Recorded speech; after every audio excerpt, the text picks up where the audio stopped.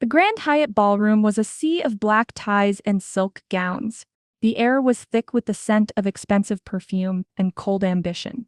Clara stood by the marble pillar. She held a black tablet. Her suit was plain and deep blue. It had no designer labels. She looked like a ghost in a room full of living stars. Mark walked through the crowd. He was the center of the world. He wore the Sterling family crest on his lapel.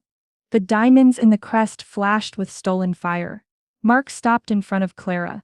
He did not just sneer. He laughed. It was a loud, ugly sound. It cut through the soft music of the orchestra. "Look at this," Mark said. He pointed at Clara with a gold-tipped cigar. He turned to Sarah, the lead investor of the new venture fund. Sarah was a woman of ice and pearls. She looked at Clara with pure disgust. "Sarah, this is the mouse I told you about," Mark said. He leaned in close to Clara. He smelled of heavy scotch and cold cruelty. "She thinks she is an appraiser. She thinks she understands the value of this room. But look at her shoes. They are scuffed. They are cheap. They are a stain on this marble." Sarah stepped forward. She tilted her head. She looked at Clara like she was looking at a broken piece of furniture. "She is a Sterling. This is the woman who is supposed to back our credit lines?" Sarah laughed. It was a sharp, biting sound. "Mark, you told me she was your assistant. You told me she was a charity case. Why is she even allowed to touch the guest list?" Mark reached out. He grabbed Clara's shoulder. His grip was too tight. It was a display of ownership. "Clara, fix my crest," Mark commanded. "The pin is loose. Kneel down and fix it right now. Show Sarah that you are useful for something in this world." The wound was deep.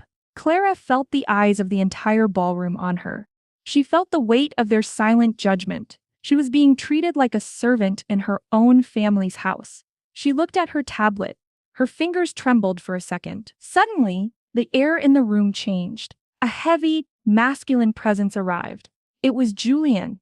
He was the shadow master of the International Auction House. He owned the floor.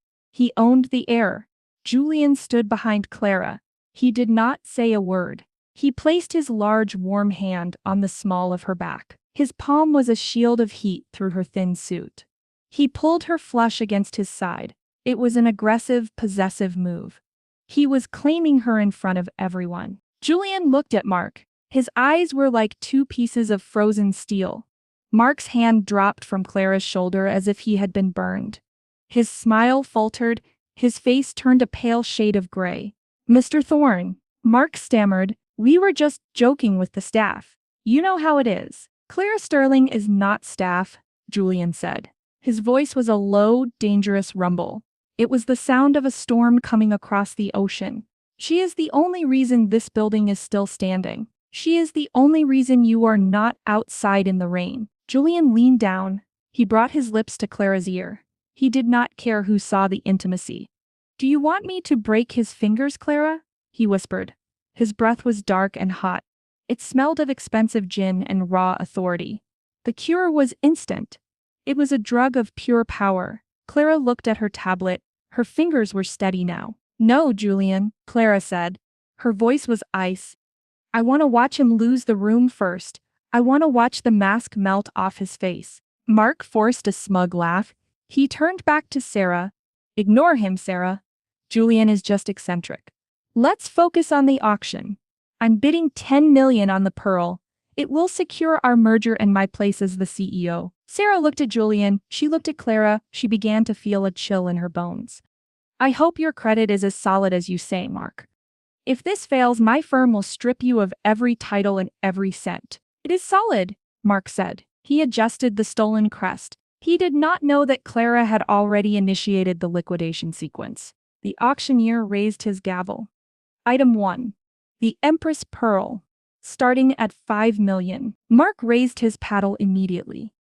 10 million, he shouted. He looked back at Clara with a wink. He thought he was a king.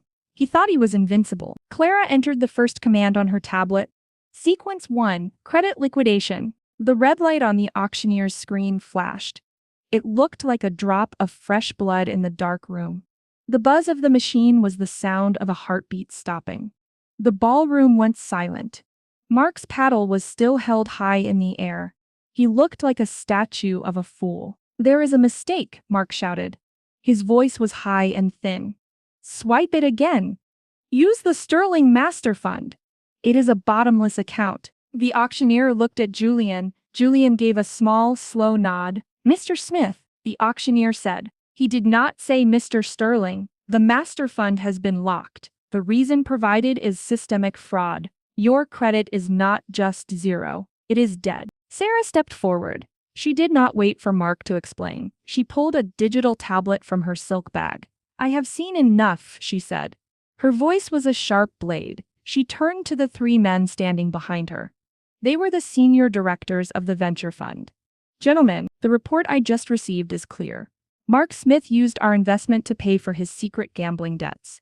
He used the Sterling name without a legal contract. He is a parasite. Mark lunged for her. He tried to grab her arm. One of the directors stepped in the way. His name was Henderson. He was a big man with a hard face. He did not just stop Mark, he shoved him hard. Mark hit the marble floor. His silk pants tore at the knee.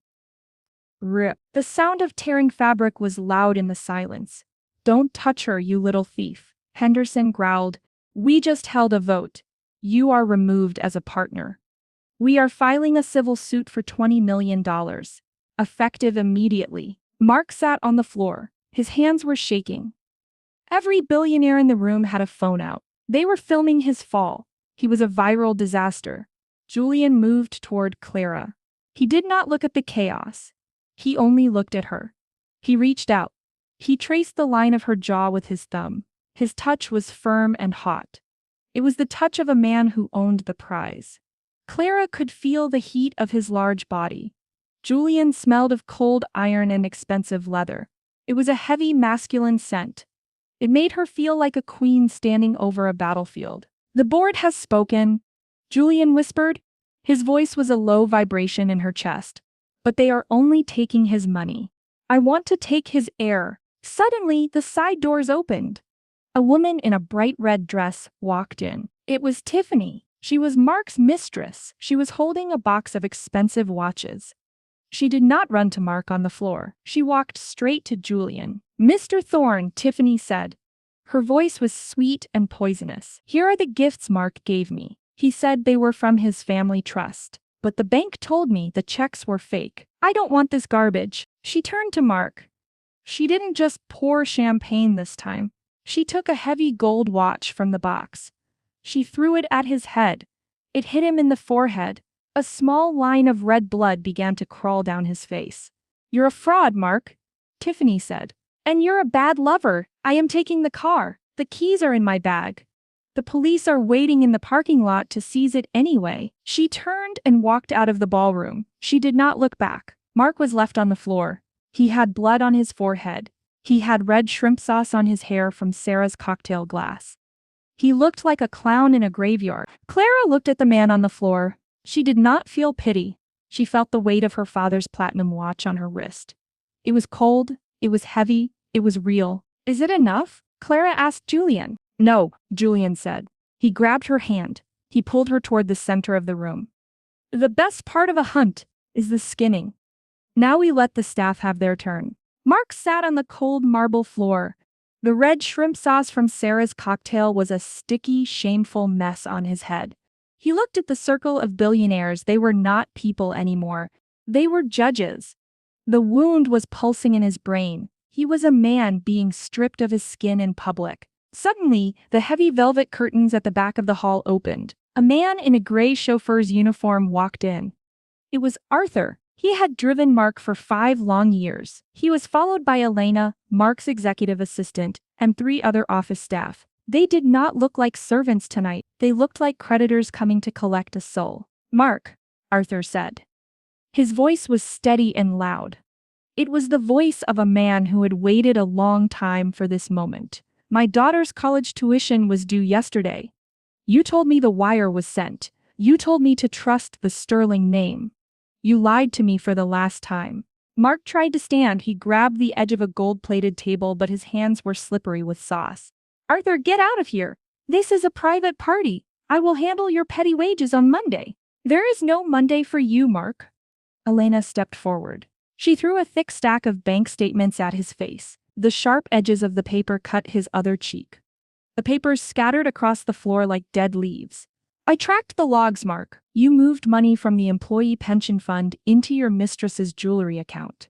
We are 20 people, Mark. You stole our futures to buy that fake crest on your chest. The guests gasped. To the elite, being a jerk is fine. But being a thief who steals from his own staff is a social leprosy. The bankers who were silent before now began to shout. Julian stepped closer to Clara. He did not look at the shouting crowd. He looked only at her. He reached out and wrapped his arm around her waist. He pulled her so tight that she could feel the hard, cold metal buttons of his vest against her ribs. He was a wall of muscle and dark scent. Julian smelled of cold sandalwood and raw danger. It was a suffocating, masculine scent. The rats are leaving the ship, Clara, Julian whispered. His voice was a dark vibration against her ear. It made her skin tingle. Do you want to see them bite? Julian looked at Arthur. Arthur, how much does he owe the staff in total? $600,000 including the stolen pensions, Mr. Thorne. Arthur replied. Julian pulled a single, crisp dollar bill from his pocket. He dropped it onto the floor in front of Mark. Mark, I just bought your personal debt portfolio from the bank. For $1. That means I own your mortgage. I own your car lease. I own the clothes you are wearing right now. Julian turned to the security guards. Take his shoes. They are handmade Italian leather. They cost $10,000. Give them to Arthur as a down payment. Mark's eyes went wide. No, you can't do this. This is assault. It's a repossession, Inspector Vance said. He stepped forward with two guards. They didn't ask. They grabbed Mark's ankles.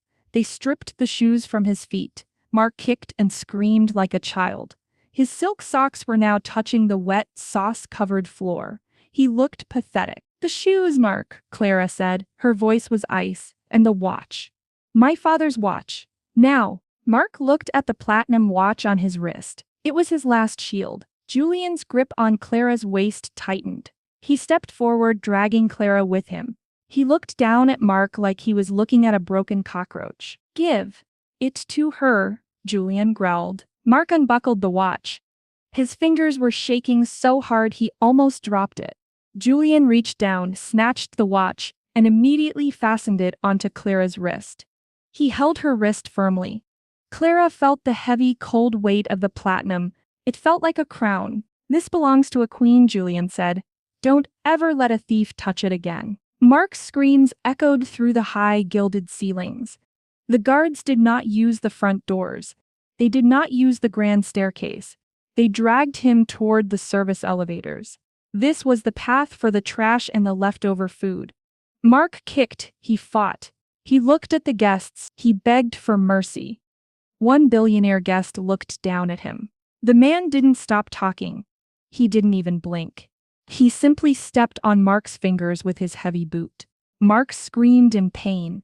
To these people, Mark was no longer a human. He was just a mistake that was being corrected. Clara walked toward him. Julian stayed right behind her. His hand was heavy on the back of her neck. His thumb traced the line of her skull in a possessive grip. He wanted her to feel every second of this victory. Mark, Clara said. Her voice was as cold as a winter morning. You told me I was a ghost. You told me I was nothing without your face. But a face is just a mask. I just burned yours. Clara pulled up the master server on her tablet.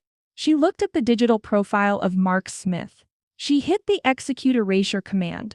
On the large screens around the room, the company's history page flickered. Mark's photo disappeared. The text changed instantly.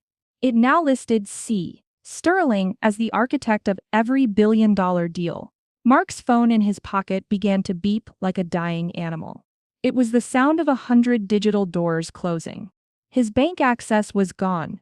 His club memberships were deleted. In 10 minutes, Clara whispered, leaning down so only Mark could hear her. Her scent of orange blossoms was the last clean thing he would ever smell. Your name will trigger a 404 error on every search engine. The photos of us are gone. I replaced your face with a black box in every file. You didn't exist, Mark. You were just a shadow I allowed to stand in my light. Now, I have turned off the lights. Julian stepped in front of Clara. He ignored the screaming man on the floor. He took the Star of Orion necklace, the real one, from his pocket. He fastened it around Clara's neck. The blue diamonds were heavy. They felt like a crown of ice. Julian's fingers lingered on her throat. It was a lingering, dangerous touch. "The ghost is dead," Julian said. "Now only the queen remains." The guards threw Mark into the service elevator. Clang. The doors shut. The elevator descended to the loading dock, the wet, dark alleyway. The guards opened the doors and threw Mark out into the mud. He landed in a pile of wet, rotting cardboard boxes. He was in his socks. He was covered in shrimp sauce and blood. The rain was a wall of cold gray needles. Mark crawled through the mud.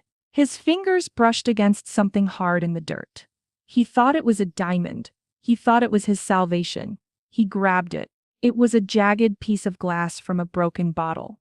It was a fate. The glass sliced deep into his thumb.